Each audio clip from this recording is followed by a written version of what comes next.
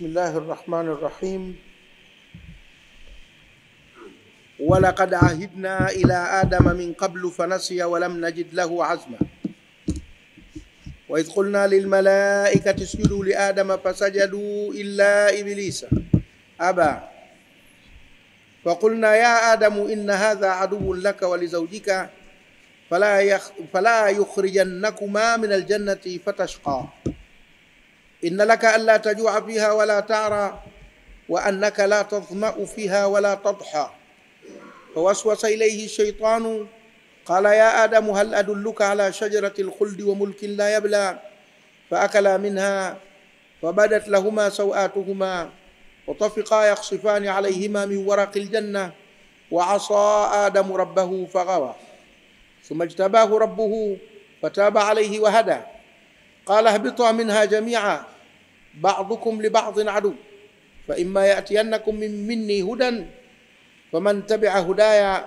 فلا يضل ولا يشقى ومن أعرض عن ذكري فإن له معيشة ضنكا ونحشره يوم القيامة أعمى قال رب لم حشرتني أعمى وقد كنت بصيرا قال كذلك أتتك آياتنا فنسيتها وكذلك اليوم تنسى وكذلك نجزي من أسرف ولم يؤمن بآيات ربه والعذاب الآخرة أشد وأبقى. Hiyo aya ngapi? 100 na ngapi hiyo?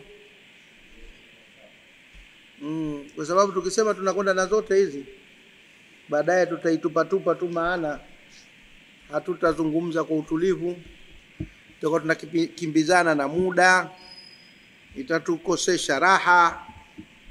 Wacha tuweke lengo hapo, halafu kama tuna muda tutapeana nafasi ya maswali, na hasa kwa sababu tayari tumeingia katika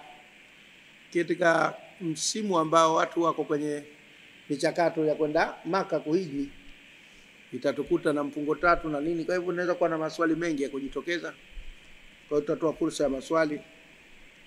Tutakwenda na hizi aya kiasi tulizoziweka, na mambo mengine ni mambo yaliyoshajirudia kila mahali. Sasa Mwenyezi Mungu anatukumbusha jambo la msingi sana katika historia ya binadamu,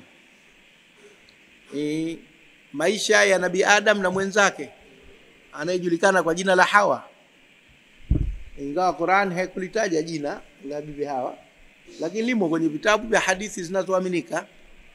Kwa hivyo na mwenzake Hawa, ambako ndio chanzo cha maisha haya tulionayo sasa binadamu, yalianzia huko kwa hao wawili.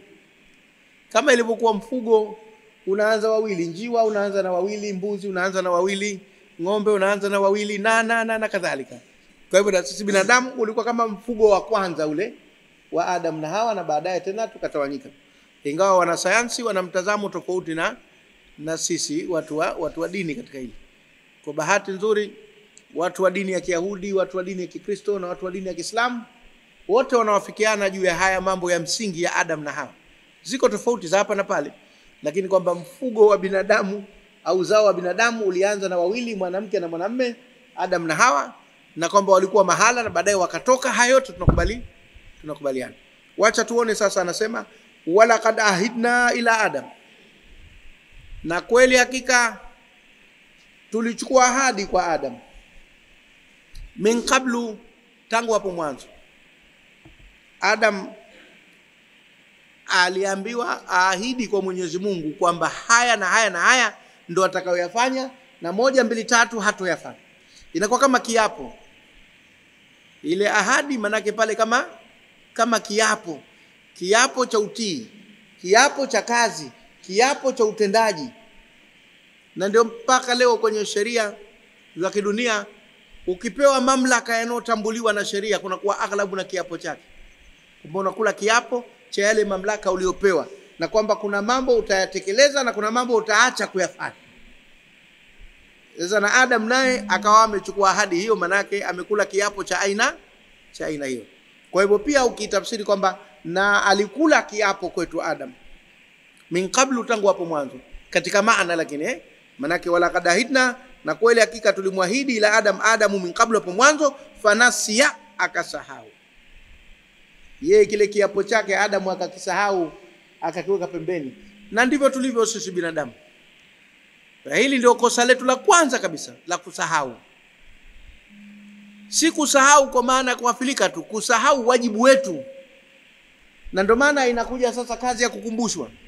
Na ndio maana mawaidha kazi yake kubwa ni kumkumbusha mtu wajibu wake. Fadhakkir wadhakkir fa inna dhikra tanfa'ul. Iko wadhakkir na fadhakkir. Kumbusha. Kazi kubwa ni kukumbushwa ile ahadi uliyochukua au kile kiapo ulichokula. Hata hiyo kutoa shahada ashhadu an la ilaha illallah wa ashhadu anna muhammadan rasulullah, maana yake ni kuchukua ahadi kwamba utayafanya haya na haya na utaacha yale na yale. Kwa hivyo utatekeleza wajibu, utaacha haramu, utatekeleza sunna, utaacha ya makruhu. Zote ni ahadi tu hizo unaziweka, ndio kiapo ulichokula cha utekelezaji katika maisha yako. Sasa ukenda kinyume na kiapo chako, ndio unaanza kuwa unatoka kwenye mstari. Na binadamu kaumbiwa kusahau. Na ndio maana kazi ya kukumbusha inakuwa ni ya lazima. Kwa sababu mwanadamu anasahau, lazima akumbushwe. Fanasia, basi akasahau. Mwenyezi Mungu anasema fanasia, akasahau. Inaonekana hii lugha inamtetea Adam kama vile nyepesi, kwamba hajakusudia, alisahau. Tena maneno ya mbele yanazidi kusisitiza, walam najid lahu azma, wala hatukukuta kwake azimio, yani kusudio la kufanya lile kosa. Hakuwa na makusudio, azma. Hatukikuta kwake azma. Na ndio sheria zinapotaka. Sheria zinatizama kosa na makusudio. Sheria zote katika mambo ya jinai zinachunguza vitu viwili kwanza kimsingi. Je, huyu aliyefanya kosa alikuwa na nia ya kufanya lile kosa? Ndio kusudio, ndio azma hiyo.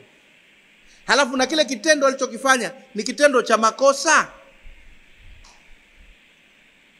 Yani kwa mfano mtu umempa maziwa, halafu maziwa yale alipokunywa akafa. Daktari akathibitisha kwamba huyu alikufa kwa kunywa maziwa. Mathalan ya maneno, ingawa maziwa hayathibitiki kwamba yanaua mtu, lakini kwa mfano nasema. Sasa watu wanachunguza kwamba je, ulimpa maziwa yale kwa kukusudio la kumuua au kusudio la kumtunukia maziwa? Kama mathalan ulijua kuwa huyu akinywa maziwa yale atakufa, itachukuliwa kwamba ulimpa maziwa yale kwa nia ya kumuua, kwa sababu ulijua kuwa akinywa maziwa yale atakufa. Umenifahamu? Kwa hivyo azimio lako, ile nia yako ya ulichokifanya ndio itakayokuhukumu. Kitu cha kwanza katika sheria kinaangalia ulikuwa na nia. Umempiga mtu ngumi ya pua, na wewe tayari ni mtu wa kubeba vyuma. Mkono wako mmoja unabeba kilo 50 mpaka 100, mkono mmoja unabeba kilo 50. Umefanya msuli wa kunenepa hapa, kilo 50 unabeba kwa mkono mmoja. Alafu ukampa mtu ya pua. Tusema huyu ulikusudia kumuumiza, kwa sababu wewe unajua kwa mkono wako una nguvu ya kilo 50, na unajua kwamba kilo 50 unazibeba zile, kama utaisukuma ngumi ukampiga mtu kwenye pua lazima utamuumiza na lazima damu itatoka. Kwa hivyo tutakuhukumu kwa sababu lile azimio. Lakini kama ulikuwa unafumba macho alafu unafanya zoezi unarusha, alafu yakapita mbio ikamkuta, huyo alikuwa anafanya zoezi, hajakusudia kupiga. Azimio, nia. Sasa hukumu, sheria zote zinasema ulikuwa una nia ya kufanya lile kosa, alafu na kile kitendo chenyewe ni kitendo cha aina gani. Unaweza kuwa na nia ya kumpiga mtu, mwanafunzi madrasa, chuoni au skuli, kafanya kosa, ukampiga bakora 5, kumbe yule mtoto ana pressure ile ya kitoto. Watoto siku hizo wana pressure. Anaogopa bakora kama vile anaogopa nyoka. Wewe unamtandika tu, akapandisha pressure, akaenda hospitali akalazwa, akapoteza fahamu. Je, wewe ulikusudia kumpandisha pressure au ulikusudia kumtia adabu kwa kosa alilofanya? Na je, kitendo kile cha bakora 5 kwa kawaida, mtu wa kawaida atapanda pressure kwa bakora 5 au mpaka mtu mwenye tatizo maalum ndo apande pressure kwa bakora 5? Kwa hivyo sheria sasa itakuangalia katika mambo kama tumefahamiana. Sasa Mwenyezi Mungu anatufundisha sheria hapa na hukumu yake, akasema walam najid lahu azma, na hatukukuta kwake azimio. Hatukukuta kwake azimio, yani Nabii Adam hakukusudia kufanya lile kosa. Tumeelewana vizuri hapa? Hapa ndo tunapishana kidogo na wenzetu wengine wa imani nyingine. Tusema yale matukio ya Adam na Hawa, Wayahudi, Wakristo na Waislamu, tunaeleza katika namna inayofanana. lakini tunafika mahala uchambuzi na madhumuni tunapishana. Wenzetu wanasema kuna dhambi ya asili aliitenda Adam, na kwa hivyo sisi tumerithi dhambi ya asili. Unauliza dhambi gani? Ndio hii. Sasa Mwenyezi Mungu anasema walam najid lahu azma. Kwa upande wetu sisi katika Qur'an anasema hatukumkuta ana kusudio la kufanya. Tena itakuwaje dhambi ya asili tutakayoirithi? Naye hajalikusudia lile jambo, na Mwenyezi Mungu mwenyewe anasema hakuwa na makusudi ya kufanya kosa lile. Lilikuwa kosa lakini hana makusudio. Na ndio maana akasamehewa haraka.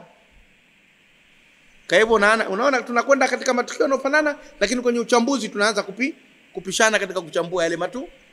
Tumefahamiana? Na ndio maana anasema walam najid lahu azma, kututhibitishia sisi kwamba hakuwa na nia kufanya kosa Adam. Lakini kubwa zaidi linakuja. Tega sikio.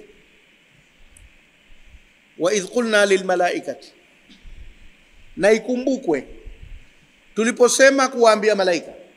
Wa idh, na pale ambapo qulna tulisema lil malaikati, kuwaambia malaika. Lakini idh mara nyingi inaturudisha kwenye kumbukumbu. Na ikumbukwe tuliposema kuwaambia malaika sujuduni li Adama, kwa ajili ya Adam. Malaika wasujudu kwa ajili ya Adam, sio wamsujudie Adam kama baadhi ya watu wanapotaka kuifasiri. Anayesujudiwa ni Mwenyezi Mungu, lakini Adam amekuwa sababu ya watu kumsujudia Mwenyezi Mungu. Sio msujudieni Adam, sujuduni kwa ajili ya Adam. Ndio umakini tunaouweka. Wengine walituambia msujudieni Adam, na limeleta tatizo kubwa hili. Mtu mmoja alinipeleka sana kwenye hii, nikamwambia ngoja nikupeleke mahala pengine tutaelewana. Kule kwa Nabii Yusuf, warafa abawaihi ala al-arshi wa kharru lahu, wakaporomoka kwa ajili ya Yusufu kusujudu. Kwani walimsujudia Yusuf au walimsujudia Mwenyezi Mungu? Na akasema qala ya abati hadha ta'wilu ru'yaya qad ja'alaha rabbi haka. Babangu, huu ndo mrejesho wa ndoto yangu kaufanya Mwenyezi Mungu utokee kweli. Kule alikosema inni raaitu ahada ashara kaukaba washamsa walqamara raaituhum li sajidin, nimeviona vyote hivyo kwa ajili yangu vinasujudu, sio vinanisujudia mimi, kwa ajili yangu.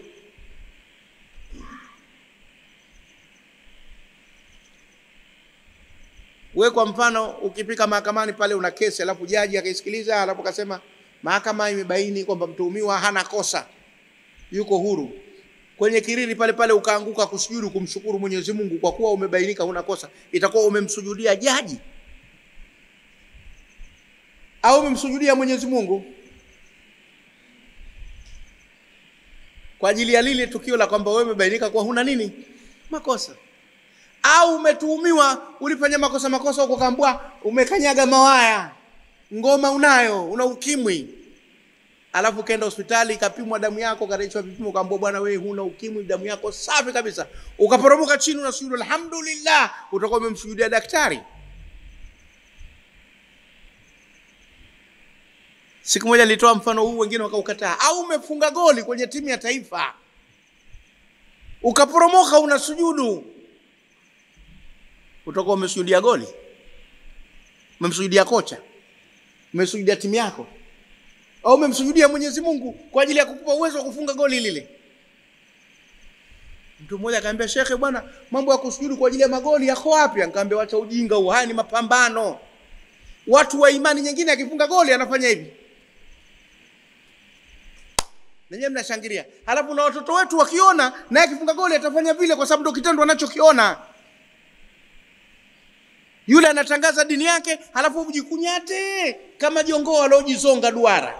Kwa nini? Na wewe tangaza dini yako kwa kusujudu pale. Halafu ndio unasema mimi Muislamu bwana, mimi nikifunga goli nitasujudu. Hayo ndio yanayotakiwa. Hiyo ndio dawa ya kisasa. Hayo ndio mapambano. Tusirudi nyuma tukawa na fikra mgando. Hana udhu, kavaa bukta, atange kwa kavaa chupi.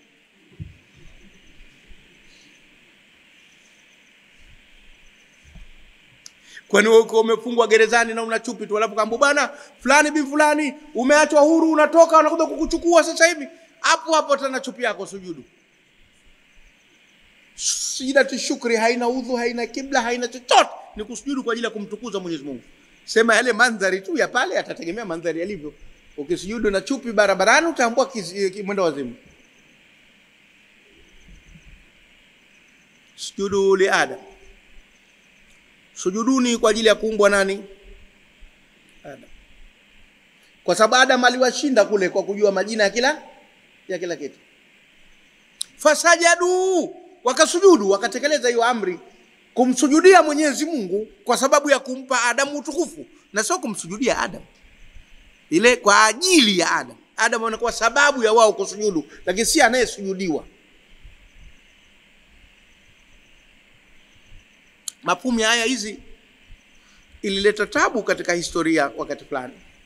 Iko nchi moja sitaki kuitaja, italeta migogoro mikubwa. Alizuka kiongozi mmoja wa kidini akasema nisujudieni.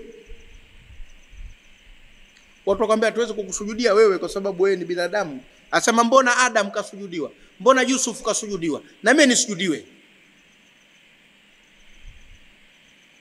Kundi likajikata likamkataa na kundi likabaki naye.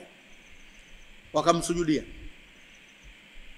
Likaendelea kwa kundi lao. Lakini kwa sababu naye ufahamu wa kusujudiwa Adam na kusujudiwa Yusuf hajaufahamu kwamba anayesujudiwa ni Allah, sio Adam wala sio Yusuf, yule anakuwa ni sababu. Tumefahamiana vizuri hapo? Na hizo ni kwa amri ya nani? Ya Allah subhanahu wa ta'ala. Na kwa ruhusa ya sheria, sio kwa utaratibu wako wewe tu. Umekaa tu siku umelala umeamka wasema jamani hebu nisujudieni. Hebu sujuduni mumshukuru Mwenyezi Mungu kwa kuwepo shekhe wenu mie. Hakuna hilo katika mwongozo wa dini yetu. Illa Ibilisa, isipokuwa yule mtatanishi. Iblis ukitaka kuipeleka kwenye mnyambuliko wake maana yake mtata au mtatanishi ndo Ibilisi. Na kweli mtata hasomeki mara hivi mara vile, lakini maarufu tunamuita Ibilisi. Wengine wamemuita Lucifer, kila mmoja akamuita katika jina lake katika vitabu vyake, lakini sisi maarufu tunamuita Ibilisi. Kuna kitabu kimoja kimeandikwa kinaitwa Talbis Iblis, utatanishi wa Ibilisi. Kwa hivyo kama ni utatanishi maana yake ni mtata anayewatia watu kwenye utatanishi. Mkorofi, mnyambi, yote yake, kila jina baya anastahili kuitwa kwa sababu yeye ni msingi wa ubaya. Qur'ani imemtaja kwa jina la illa Ibilisa, isipokuwa Ibilisi aligoma. Aligoma, yani alikataa kata kwa nguvu zake zote. Ndio lile neno ni zito kuliko neno jingine lote la kwamba ankara imtana yani mepesi. Maana aligoma. Mimi katu sifanyi hilo, ndio maana yake. Kwa hivyo ndani ya kuna kuwa na ukorofi, kuna inda, ukaidi, ndio Kwa hivyo neno la Kiswahili zuri kusema aligoma.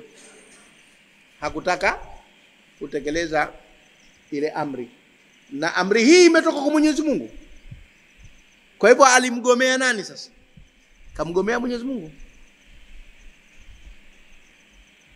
Kuna mjadala pia baina yetu na watu wa imani nyingine kwamba Ibilisi alikuwa malaika au hakuwa malaika.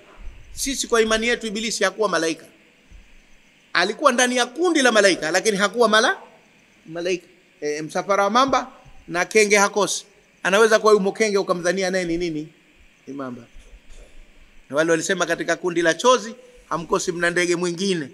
Si lazima na huyo mwingine awe chozi na ndio kawaida. Hata kwenye baharini kwenye madagaa, unaona madagaa yanafuatana mengi, mara mnakuwa na kibua wakati mwingine mle ndani. Anaweza kuwa motasi, anaweza kuwa mochangu, si dagaa yeye lakini yumo ndani ya lile kundi. Kwa hivyo yeye alikuwa ndani ya kundi la malaika lakini hakuwa malaika. Na ziko sababu zake na maelezo yake tumeyasema katika sura mbalimbali tulizopita. Aligoma. Alikataa kata. Faqulna, basi tukasema, ya Adam, ewe Adam, inna hadha, hakika huyu, ishara inarudi kwa Ibilisi. Huyu Ibilisi aliyegoma huyu, aduun laka, ni adui kwako, walizaujika, na kwa mwenzako ambaye tunasema mkeo. Maana ndo watu wawili wa mwanzo katika dunia. Kuna mtu mmoja alileta maelezo mengi na hadithi za kutengeneza kwamba unajua harusi ya Adam na Hawa ilishangiliwa na malaika, posa alipelekewa Mungu, sijui mahari kawa kumsalia mtume, Takalluf, hatusemi maneno mabaya, maneno haya si mabaya, si mabaya hata kidogo, lakini kuyalazimisha bila kuwa na hoja za msingi, kutia vikorombwezo katika jambo ambalo halihitaji vikorombwezo. Manake Adam ati afikirie kumposa yu Hawa, anamposaje? Ne hana baba wala mama. Ye mwenyewe Adam hiyo fikra kwa baba yupo na mama yupo kwake haipo. Sasa anaanzaje kufikiria habari za kuposa? Maana mawili tu, ama kuposa au kutongoza. La kutongoza halipo na la kuposa halipo katika misingi, kwa sababu wako wawili peke yao. Kama ingekuwa kuna wengine angesema tunafikira kutongoza ipo kwa sababu akubaliwe yeye mwenzake akataliwe. Wako wawili peke yao, hakuna fikra kuposa, hakuna fikra kutongoza, hakuna haja ya takalluf, kulazimisha mambo. Wale wameshakuwa wawili, ndio mwanzo wao, ndio uhalali wao, basi hakuna kitu kingine. Kwa hivyo ni mwenzake. Hadha aduun laka, huyu ni adui kwako, walizaujika, na kwa mwenzako. Pia tunasema na kwa mkeo. Na unaona katika Kiarabu cha Qur'ani zauji anakuwa mke na anakuwa mume. Hakusema walizaujatika, hakuitia te, kasema walizaujika tu basi na mkeo. Lakini Kiarabu kilichokuja kuendelea baadaye kikatofautisha, akiwa mwanamke anakuwa zaujat kwa te, akiwa mwanamume ndio zauji. Kwa hivyo ingekuwa Kiarabu cha sasa akasema walizaujatika, lakini Kiarabu cha Qur'ani kinasema zauji tu. So Mwenyezi Mungu kasema walakum nisfu ma taraka azwajukum in lam yakun lahunna walad. Wale azwaji ni nani pale? Walakum nisfu, na nyie mtastahili nusu, ma taraka, walichokiacha, azwajukum, wake zenu, sio waume zenu.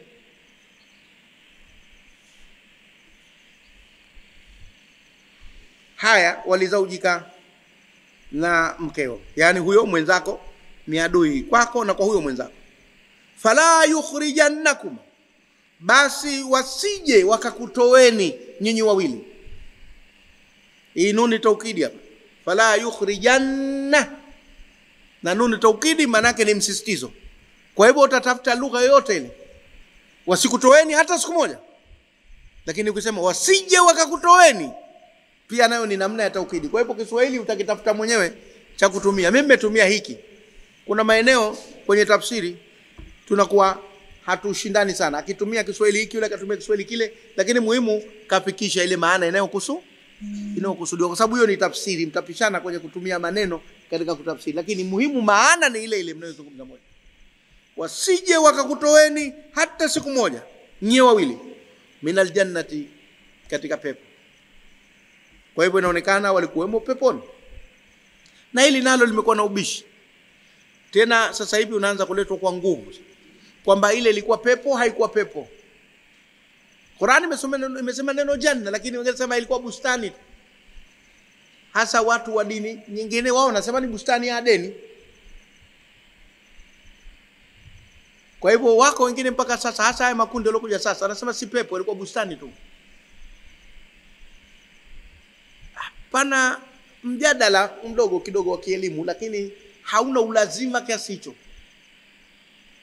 Hoja hasa ya msingi ni kwamba Mwenyezi Mungu kaiandaa pepo kuwa ni malipo.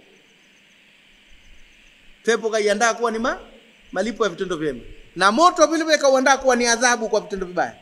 Sasa hawa watakuwaje peponi kabla hawajatenda kitendo chochote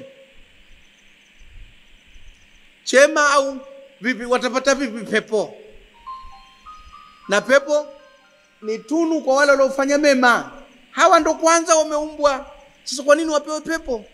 Kwa vile si pepo, ilikuwa ni mahala maalum. Wako wanaosema hivyo, na wako wanaosema kwani Mwenyezi Mungu akitaka kuwaingiza tu peponi tangu mwanzo, nani atamzuia? Nani wa kumzuia Mwenyezi Mungu asiwaingize peponi? Kwani hakuna watu atawaingiza peponi bila hisabu?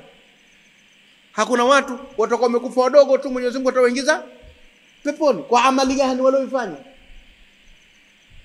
Kwa hivyo mambo ya Mwenyezi Mungu, akiamua Mwenyezi Mungu kuwa wakae peponi, watakaa peponi tu, hata kama hakuna amali yote waliofanya. Huo ni uamuzi wake Mwenyezi Mungu, katika mali yake anatumia anapotaka.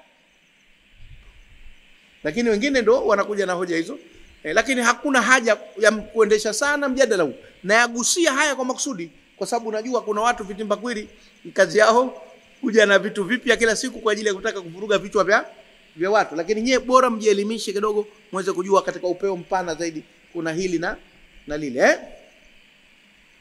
Basi fala yukhrijannakum, wasikutoeni kamwe au wasikutoeni kabisa hata siku moja, minal jannati, katika hiyo bustani au katika pepo. Fatashqa, utasumbuka, utapata usumbufu. Anaambiwa Adam, maelezo yote anaambiwa Adam, fatashqa, utasumbuka, utapata usumbufu, yani utapata shida, utapata tabu. Ukaona mara nyingi aya hizi zinaelekeza mazungumzo, anaambiwa Adam, yule Hawa hata umsikii kwa anaambiwa, anatajwa tu kwamba uwe na mwenzako na mwenzako na mwenzako, lakini addressing, yani mazungumzo yote yanaelekezwa nani? Adam ndo anayeambiwa. Ndo baadhi wanazoona wanasema hii dunia hii tunasumbuka zaidi sisi wanaume tangu Adam kabua fatashqa, wanaume tumeumbwa mateso, kuhangaika. Paka ile mmoja akasema ndo maana yakajitoa Baradhuli ile akasema ndo maana mimi nikajitoa kwenye hilo kundi lenu. Unajitoa vipi na wewe kila kitu chako ulichonacho cha kiume?